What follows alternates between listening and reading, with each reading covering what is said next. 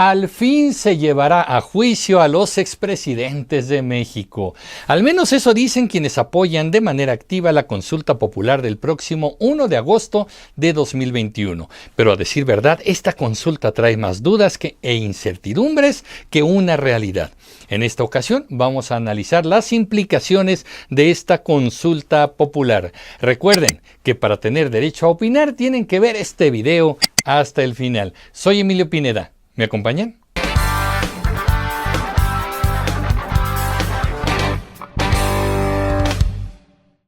Finalmente no hay plazo que no se cumpla y el 1 de agosto próximo se realizará una consulta popular en todo el territorio nacional para preguntarle a la gente si quiere que se lleve a juicio a los expresidentes de México.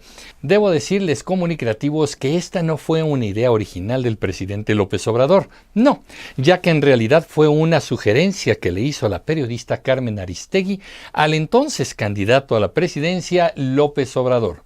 No olvidemos que durante sus 3 campañas presidenciales siempre aseguró que los males de México se centraban en la corrupción y los actores principales de dicha corrupción fueron siempre los presidentes, específicamente de lo que él llama el periodo neoliberal, es decir, a partir de Carlos Salinas de Gortari y hasta Enrique Peña Nieto, lo cual comprende 30 años de gobierno.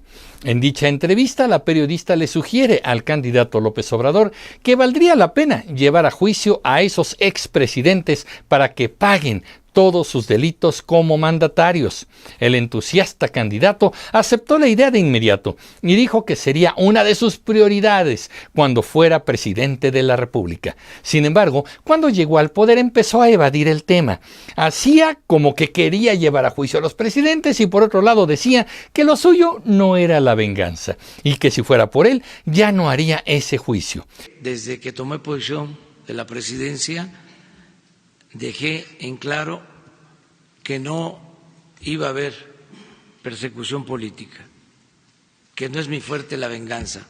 Por eso después se le ocurrió la idea de hacer la consulta popular para que, en sus palabras, el pueblo decidiera lo que se debería hacer. Y que si la gente decidía que sí se les debía juzgar, yo tendría que obedecer. Nada más que yo seguiría defendiendo el punto de que es mejor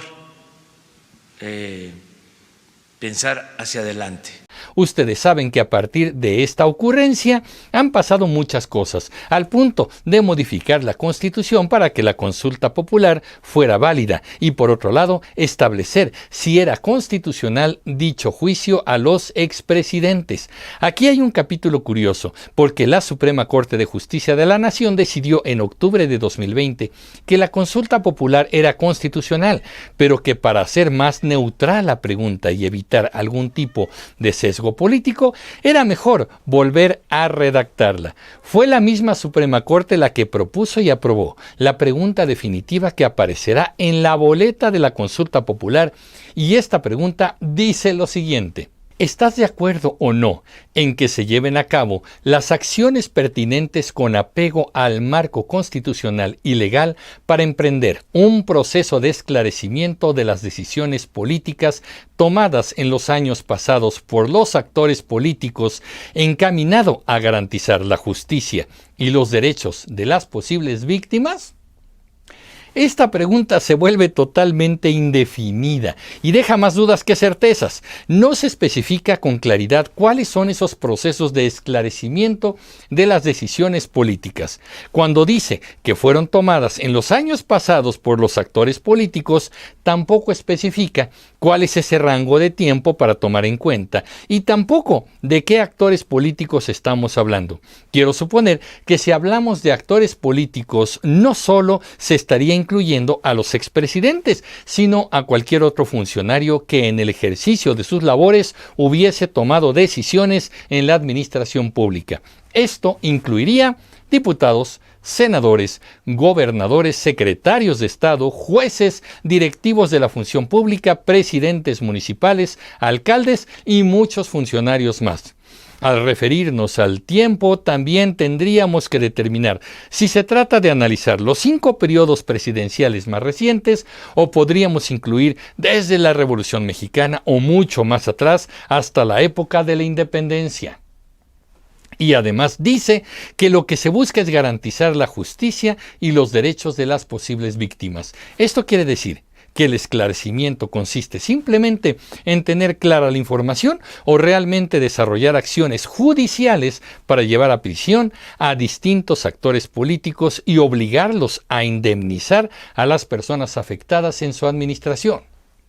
Además, uno de los más importantes fallos en esta consulta popular es que en ningún lado se especifica qué autoridad será la encargada de hacer cumplir el mandato que derive del resultado de la consulta. En otras palabras, si la gente vota mayoritariamente por el sí, no se dice con claridad quién deberá proceder a realizar las denuncias o las investigaciones de los actos políticos del pasado. Si se dan cuenta, la pregunta es sumamente ambigua. Como ya les dije, en este punto el presidente López Obrador ha dicho reiteradamente que lo suyo no es la venganza y declaró abiertamente que él no acudirá a participar en dicha consulta popular. Es decir, no votará ni asistirá a la casilla de la consulta. También ha dicho que en caso de que tuviese que votar, lo haría por el no. Tratemos el tema como ciudadanos responsables. Yo ya fijé mi postura desde que tomé posición. Dije, punto final, vamos hacia adelante. Yo no voy a participar en la consulta ni voy a votar porque se enjuicie a los presidentes. Aquí tenemos que decirlo con toda claridad. La consulta popular funciona como un argumento retórico inútil. La aplicación de la ley no debería consultarse. Si hubiese delitos que perseguir, el actual gobierno estaría obligado a actuar en consecuencia, ya que si no lo hiciera sería cómplice de dichos delitos. El tema no es un asunto de venganza, sino de justicia. El presidente confunde a la sociedad con su discurso en una situación simple y clara. Ante esto, muchos analistas anticipan 2 resultados muy claros. El primero de ellos es que la asistencia a la participación se pronostica muy baja. Es probable que sean pocos los ciudadanos que asistan a votar y dicha asistencia no se parecerá en nada a las elecciones que vivimos este junio de 2021, aunque los promotores del partido gobernante están haciendo todo lo posible por invitar a la gente a participar. El segundo resultado que desde este momento se anticipa es que habrá una aplastante mayoría que votará por el sí. La gente lo tiene muy claro. Si hay que enjuiciar a los expresidentes por actos de corrupción, debería hacerse ya. Y yo estoy de acuerdo que se enjuicie a los expresidentes. En este escenario hay que agregar el aspecto financiero. La Cámara de Diputados limitó muchísimo el presupuesto destinado a la realización de esta consulta popular, la cual será organizada por el Instituto Nacional Electoral, el INE. Pese a que este instituto advirtió que el dinero no alcanzaría para una cobertura nacional tan completa como la elección de junio, la consulta se va a realizar. El número de casillas será menor, pero se intentará atender correctamente a la gente que vaya a votar. Como ya les dije, el INE cuenta con poco presupuesto para la consulta y aún así tendrá un costo de poco más de 528 millones de pesos. Para hacernos una idea, con 500 millones se comprarían más de 1 millón de vacunas, se podrían construir 67 nuevas escuelas primarias, 2 universidades o 25 unidades deportivas. Alcanzaría para becas con 2,000 pesos mensuales por un año a más de 20,000 estudiantes. También podrían usarse esos 500 millones de pesos para comprar medicinas para los niños con cáncer.